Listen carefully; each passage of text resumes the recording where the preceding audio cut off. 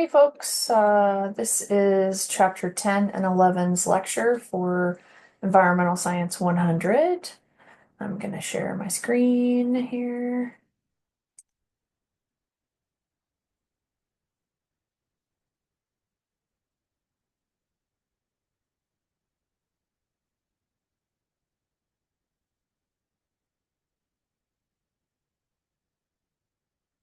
All right, so we're going to talk about pollutants. I know we talked a little bit about climate change and some other things in class, so now we're going to talk about a little bit different. This is a case study, which you all have been very familiar with, case studies, air quality, and you can see that the index is insanely beyond even what scary air quality happens. And that's because of the amount of pollutants that are in the air in Delhi. We're going to talk about how this affects health, right? So why do we care about pollution? It causes problems for us, right? Toxic compounds, noise, irritates your eyes, your lungs, gets in your bloodstream when you breathe them in, and then it really messes with your nervous system and your brain function. So there's a development project that is by the Organization of Economic Cooperation and Development. They're trying to work on lowering pollutants because otherwise they have projected that it's going to cause millions of premature deaths. So the Clean Air Act is something that you need to know. In 1970, it was designated to apply across the country for the six major pollutants. And these six are referred in three sections. They're the conventional pollutions, or excuse me, two sections, or criteria pollutants. So that's things like sulfur dioxide, which we just talked about, nitrogen oxide and carbon monoxide. We talked about those. Ozone, remember the air in the atmosphere, lead, and particulate matter. So really what happens is most of this comes from your cars or our cars, right? And then power plants. So sources of these pollutants, you can see in this chart, it shows you, wildfires, yes, they are there. Really, that's for small particulate matter, so that's a big issue. But otherwise, it's combustion, transportation, depending on the type of pollutant it is, where it comes from the most. Unconventional pollutants are things that we don't see in such a big volume, but they're really toxic. So you might have heard things like PCBs or PFAS in the news recently. Asbestos, we don't deal with that as much anymore because they've removed so much of it. Benzene is in a lot of things, makes things smell different. And vinyl chloride's in a lot of clothes and a lot of furniture and whatnot. So the EPA finally announced that carbon dioxide is added to that greenhouse gas list. So it's a controversial pollutant, as I'm sure you know, because depending on climate change commentary, but it does cause problems. So how do we define this? You need to know this. A point source is something that's directly coming from, like a smokestack. Primary pollutants are released in the primary form. Secondary pollutants only become harmful if they hit air, so they react with the air. And then fugitive or non-point source emissions, we can't find them, right? They kind of come out from everywhere. This would be fugitive emissions. We know it's technically coming from the power plant, but there's so many spots, right? Two big ones, sulfur dioxide. This is really, really dangerous for you. It can kill you and your animals. Once it's in the atmosphere, it reacts with water. Oh, excuse me. Oh, excuse me. And then we have nitrogen oxide, which forms into a gas when it's exposed to heat. So we have atmospheric nitrogen and oxygen. But when it oxidizes further, it gets to be this kind of reddish brown gas that's really gnarly. So you can see what happens to plants with sulfur dioxide. It's bleaching it out, it's killing the cells. More conventional pollutants are carbon monoxide. That's what comes out of your car, right? So that's why you always open the garage. You don't let your car run inside the garage. Things from coal, oil, even burning a fire. So you have to always be careful, make sure you have a lot of ventilation. And then ozone, this is the ground level ozone. So this is an oxidizing agent. This is why you wear sunglasses. Why plant tissues get burned, why it causes your paint to peel on your house, things like that. So the way that this forms is mostly coming from your car, right? So you get these VOCs, or what we call volatile organic compounds, and they come out and they mix with the air and the vapor in the air. and it creates ozone or O3. So these volatile organic compounds interact with the ozone, and then they really create even more what we call photochemical oxidants. So there's carbon-based, big chain, right, of all these chemicals that come from all this processing of industrial stuff like oil and gas or plastics, and then it gets released out into the air. So lead, that's one of the most abundant metals that we have, right, in the US. And if it comes into the air or in the water, as you know, it can impair nerve and brain functions. It causes all kinds of problems. So there's lead in everything. There used to be lead in a lot more, but we're much better at that. But there's lead in tons of stuff. And then particulate matter, if any of you have listen to the news or anything about like the fires that have recently happened, they talk about PM10 and PM2.5, and that's because those tiny, tiny particles are really dangerous because they can cross over the blood-brain barrier. Air pollutants, again, cause all kinds of gnarly stuff. So we have a term called hazardous air pollutants. They cause cancer, damage to hormone function.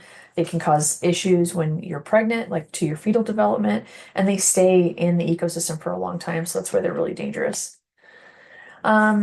There was uh, a bill passed called the Toxic Release Inventory.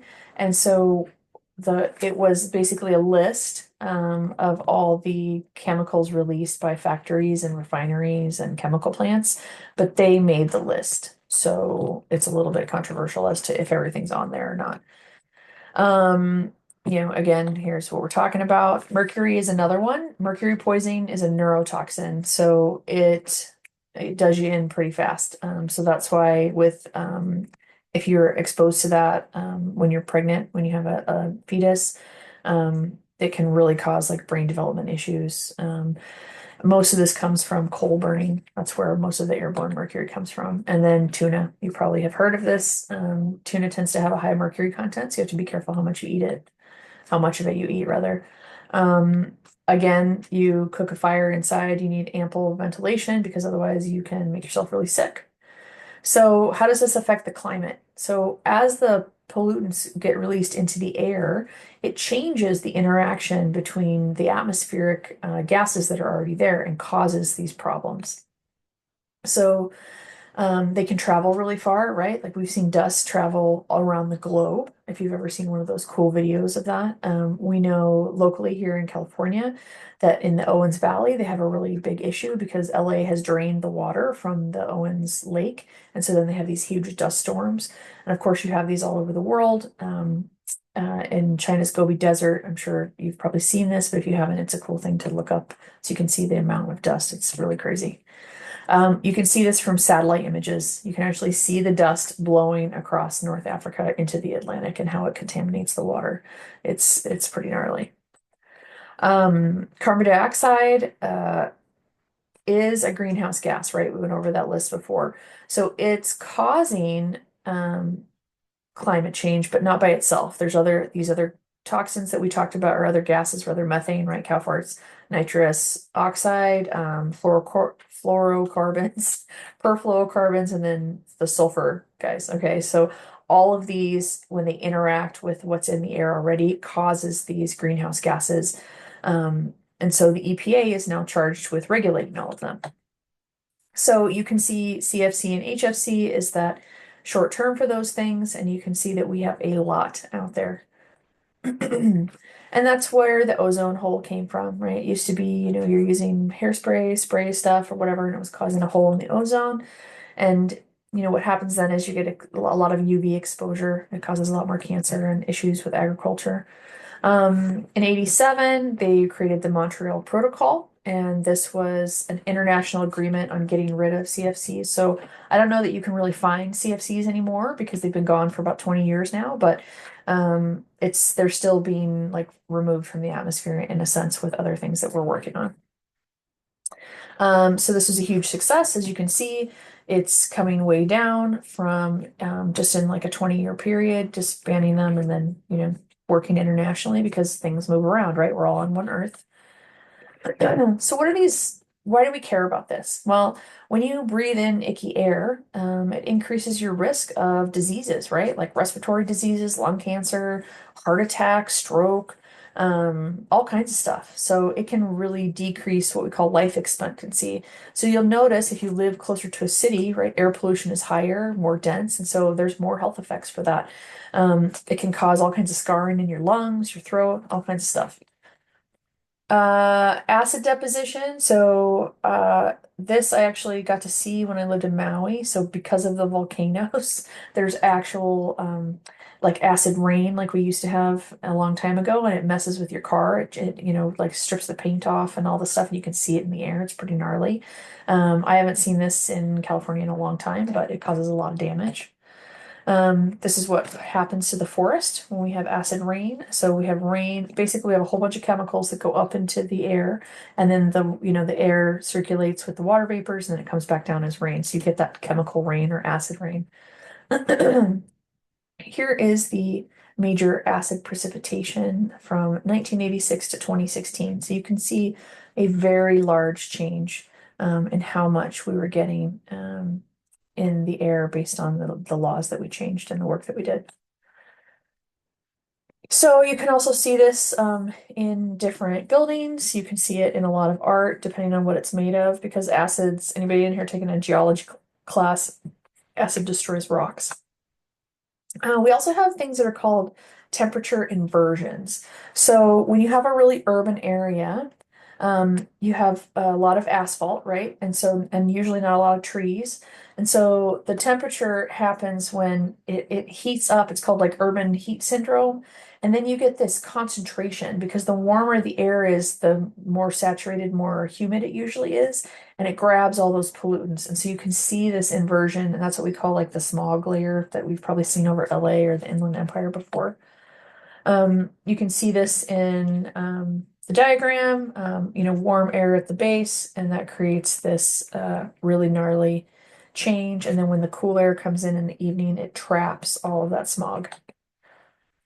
So heat islands, I just talked about the urban heat island. The other thing is the dust dome. So when you have all those tall buildings, there's like a funny updraft. So if you've ever walked up to the library and you can see how the air swirls, it's based on how the building is put together. So when you have buildings together and the wind comes through, it causes this updraft. And so it grabs things from the ground and takes them up. And so then you end up with this crazy concentrated like pollutant dome, and they call it the dust dome. You can see this is a smoggy day in Los Angeles. I'm sure we've all seen this. It reduces visibility. It causes problems everywhere, right? We'll have huge haze blobs. This is pretty common if you've ever been across in any city. Now controlling it, right? So there used to be a thing called dilution is the solution to pollution, and we've realized that that's not really the case. Industrialization, they're hoping that dilution is okay, right? If they just don't put too much in there, but we found that things stick around, so it doesn't really matter. There is a precipitator. So this is one of the ways they take the pollutants out before it gets out into the air. So it's like a trapper, basically, like a sticky trap for all of these chemicals. We really have to work on reducing the production of these chemicals. And so that's why we're talking about more clean plants, cleaner ways of driving your car, cleaner ways of just work in general. So you've seen a lot of air emissions, a lot of filters, a lot of different stuff that has come about to help like filter out all these pollutants before they get into the air. The Clean Air Act of 1963 was the first one to work on air pollution. Then in 1970, there was a whole bunch of amendments that were added. 1990, even more, because we realized there were even more pollutants coming out. And those amendments really are what isn't just like smacking the hands of of the industry. It was more like, hey, if you do this, you can get more money for X, Y, or Z. So it was like more of a handoff instead of just you can't do this, you can't do this. They gave them different options. So it was much more helpful. Pollutant credits, you might have heard about this, maybe not. Every company is allowed a certain amount of emissions, and it's like you could think of it as like dollars or points on the board. If the company doesn't have the money to install something that helps lower their emissions, they can buy more credits from a company that runs cleaner. And so it's okay, it works okay, but it does give an incentive to companies to to have a lower level of emissions. And then they can sell their credits to other companies. So it's a way to make money. So the continuing challenge is that only about 80% of the United States even meets these air quality standards. It has improved a lot, but it's not where it needs to be. And we've seen, the Clean Air Act really did its job. It helped a ton, but we still have work to do. We see this a lot in developing areas, where things like Mexico City is notorious for bad air. The pollution, you have to remember, it's not just from cars and stuff, it's from industry and like dust and everything that's blown around. And China is the same. I don't know if you've noticed, but if you've ever traveled to China, a lot of people wear masks. There are many mask days because you need to not breathe in that air. A lot of places have gotten a lot better. India used to be one of the worst, and now it's gotten quite a bit better. In the 90s, catalytic converters were started to be required for automobiles, and that made a huge difference. There used to be like a smog layer every day, and when the catalytic converters got put in, it basically took that away. It makes a huge, huge difference. So I just want you to think about the health effects of all the pollutants, the fact that they're out there. This is why we care about them. They directly physically affect you as well as everyone around you because you have to breathe, right? So just think about that and think about the fact that the more people that get sick, the more health care they need, right? More developmental disabilities in children, the more help they need. So a lot of times people take the economic view of that, right? So I might not care about the environment at all, but I do care about money. And I know that this will cost me a lot of money if I don't like clean this up because we're going to be stuck with taking care of all these people. So a lot of times there's different ways of going at a problem depending on what that particular place cares about. All right, so now I'm going to move on to chapter 11. Give me just a second. Let me get chapter 11 up. Thanks for being patient. All right. More fun and excitement. Okay, so here's another case study. You can check this out in your book and read about it. It will help you with your own case studies if you need it. We're going to talk about water resources now. So everybody has to drink water. You can go for a couple weeks without food, but you can't go without water. Obviously, we talked a little bit about how we also build with water, right? We grow food with water. It's pretty important for everything. We have a lot of issues with water storage, especially when we go through a drought year. You can see in California in the Central Valley, if any of you know anything about this, we've started to really lose groundwater. So that's a really dangerous slope that we're on. The hydrologic cycle is what recycles and redistributes the water from the air into the ground, trickles down, and then goes back up when it evapotranspirates. So you can just kind of think about the hydrologic cycle going like this. Okay, solar energy is what drives it. Pretty sure that will be uh, I'll find a cool diagram for all of you. You can see that the annual precipitation really comes from certain areas in the world, right? Closest to the equator, that's the most moist, most humid, and then as you move away, you get more arid and dry areas. Oceans make up most of our water. Even if we have giant lakes and stuff, it's not even close. And a lot of our fresh water comes from our snowpack, so it's pretty important that we get that snow every year. Even though we only have a small percentage of fresh water, most of it is tied up in the glaciers and the ice caps. So when we have those ice caps melting and whatnot, we get an influx of fresh water into the system. And so that's why things are changing it. A lot of those glaciers supply water to whole valleys, whole countries of people. And because they're melting, people are going to start running out of water. You can see this picture here of the glacier that's slowly chunking off, and groundwater storage. So generally, in a pretty wet area, groundwater is like 5 to 10 feet underneath you. When we pump groundwater out, we can take it down to like 180 feet lower, so it makes it really hard to grow anything. That's our biggest freshwater. We also have a hard time because tend to get polluted when we do silly things. Groundwater zones, there's 3 zones, okay? So you have the water table where there's actually water. Then above that, you have the zone of what we call saturation. So that's lower soil layers, okay? That's all the wet soil that you would dig into to bury something. And then above that, the zone of aeration, or basically where there's a little bit of soil, water, and then plants. So then we have the geological air layers, right? And that's where we have our aquifers that you've probably heard of. So underneath the ground, underneath the water table, there's a space, like a gap where water has been able to sit. Usually it's from, zillions of years of water trickling in there, and then we can see it seeping out. So that's how we drill our wells and whatnot to get into that water. We also have our freshwater above ground systems, okay? And so there are huge rivers and that carry all the kind of runoff across the earth. The Amazon is one of them.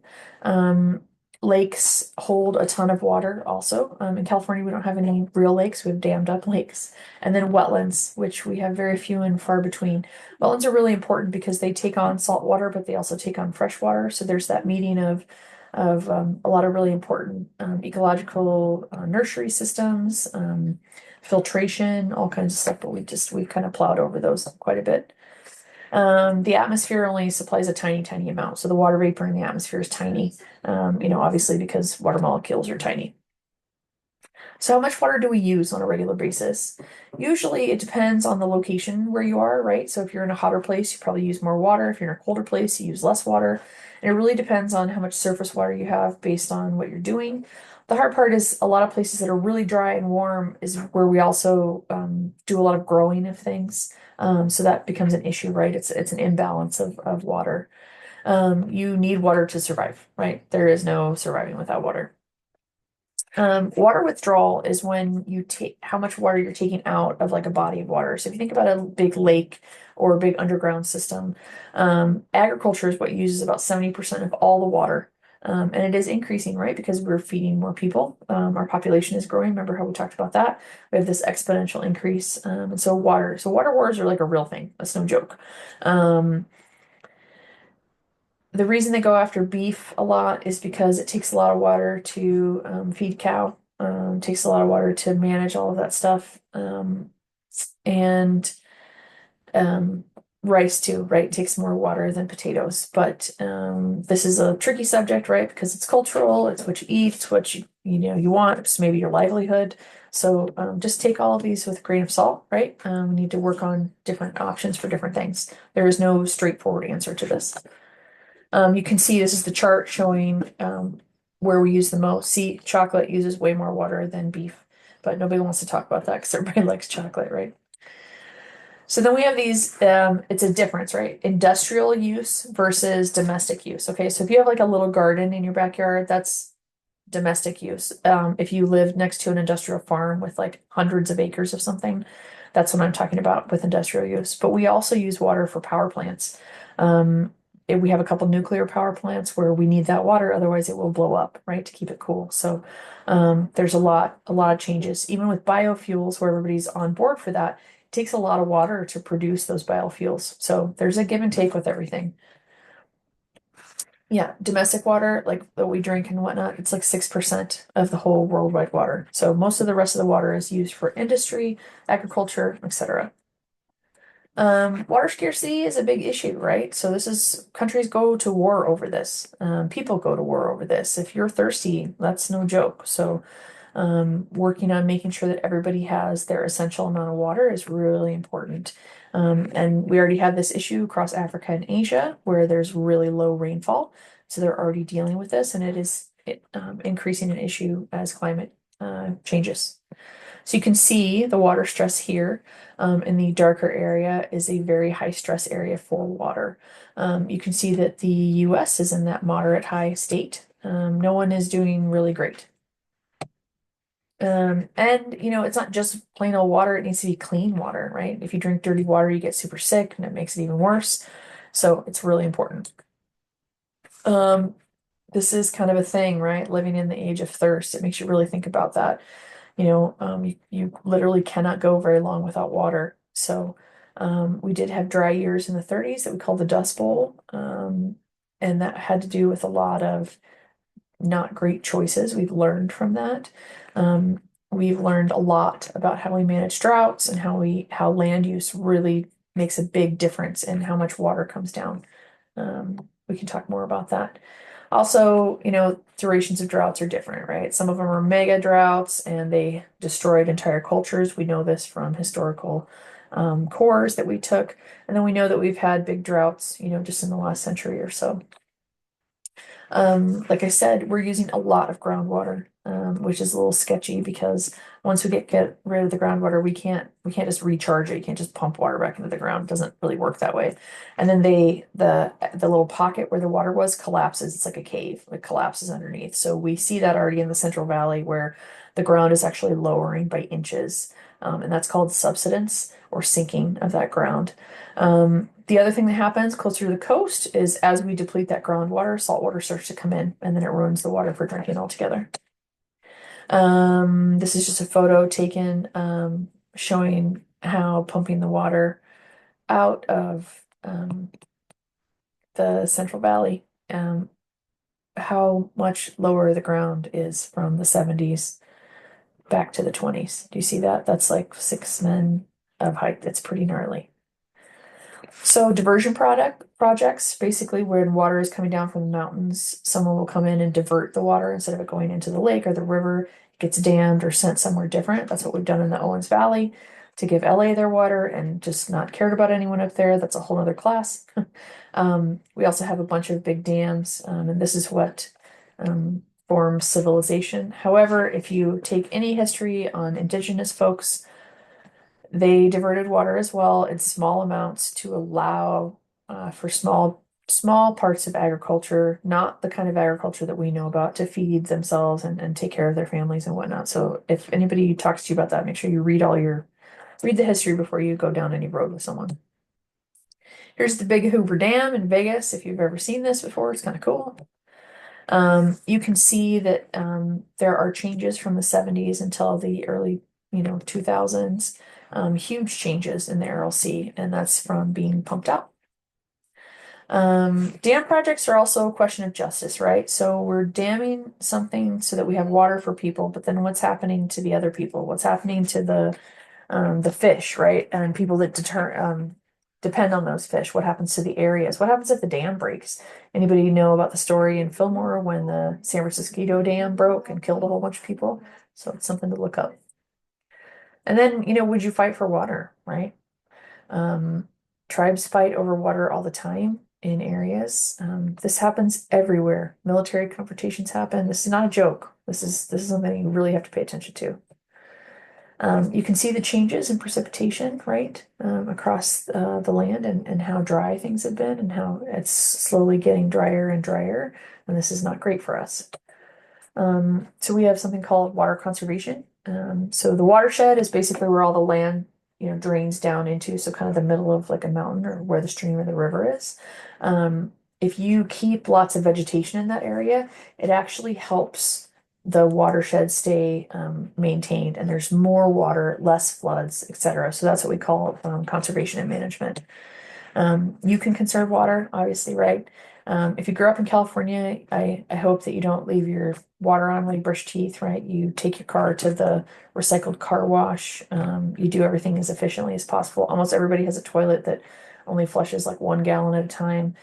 These are all things that have changed, right? Efficient dishwashers, your shower head, all that stuff. It really reduces your water consumption. If you don't know, you can check in where you live with your folks or on your own, and you can check it out. It also saves your bill. When we plant native vegetation, this makes a huge difference, right? So something that's used to living in kind of this drier environment grows roots really long. And so you can see here in Vegas, those cactus, as tall as they are, they have a taproot that goes that deep. And that's because they are native and they know that they have to dig really far for water. Toilets used to be our biggest domestic use, and that's why we have what we call low flow toilets. And so these are the different things, right? Short showers, etc. And so what can you do? This is up to you. You can do all these different things to work on your showers and your toilets, your faucets.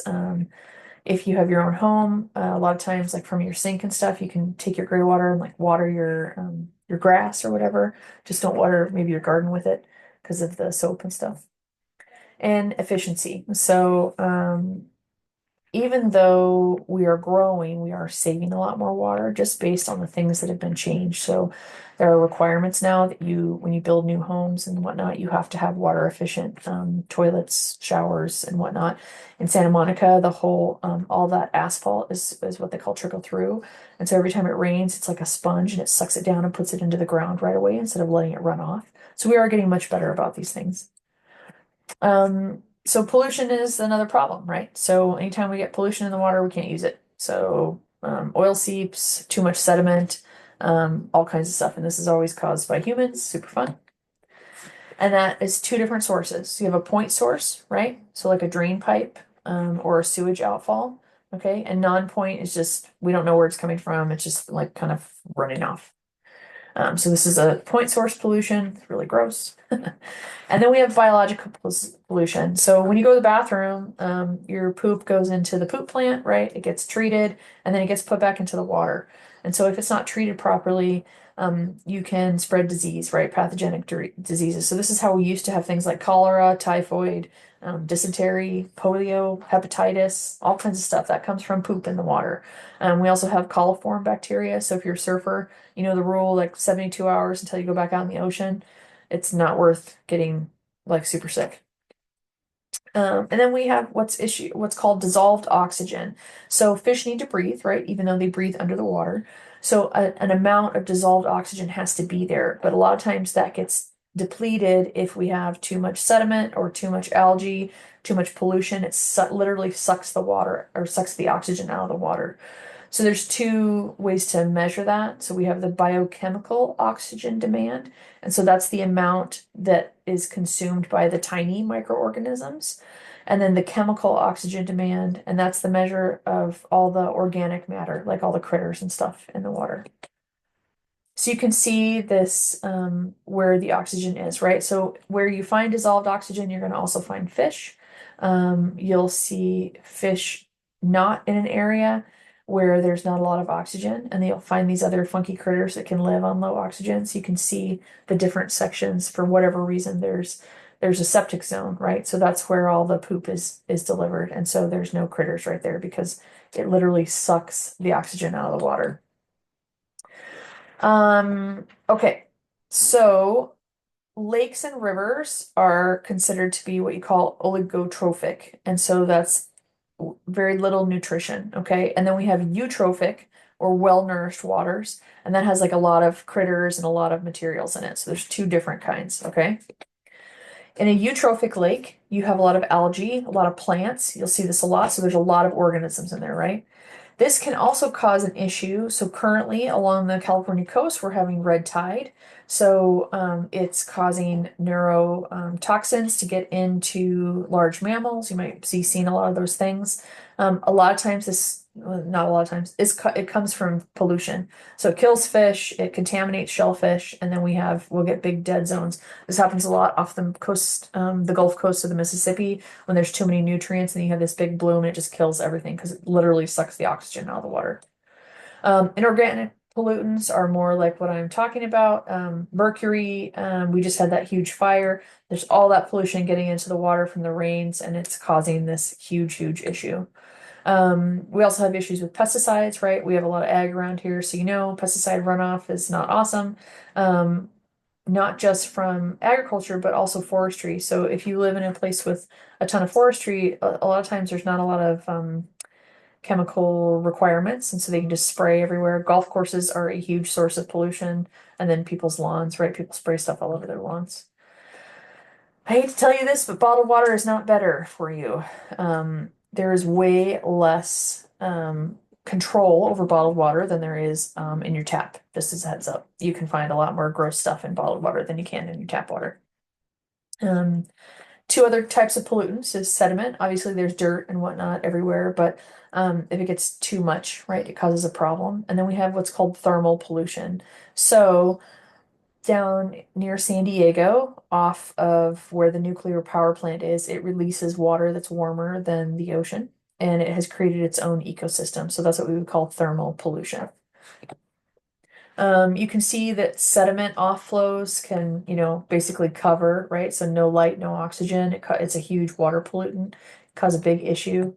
And then we have other problems, right? So it's not just sediment, it can be all kinds of pollutants, fallout, urban area runoff, all kinds of runoff. And this is a continuous challenge. So we are going to have some speakers in here talking about trash, and trash is a huge pollutant. We've had huge issues. Most of China's water is unsafe for human consumption or playing in, right? Because it's so contaminated.